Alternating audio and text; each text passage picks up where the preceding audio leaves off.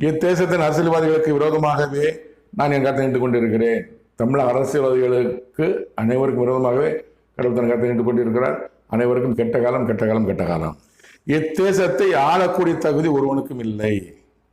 தமிழ்நாட்டை ஆளக்கூடிய தகுதி ஒருவனுக்கும் இல்லை. ஏன்னா எடப்பாடி பழனிசாமி 2019 2017 முதலமைச்சராக்கினார்.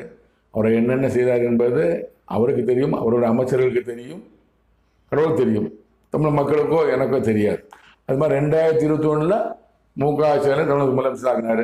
அவர் என்னென்ன செய்தார், அவர் அமைச்சர் என்னென்ன செய்தார் என்பது தமிழ் மக்களுக்கும் தெரியும், கடவுளுக்கு தெரியும், அவருக்கும் தெரியும். ஆனால் இப்போ 2 பேருக்கும் தகுதி இல்லை.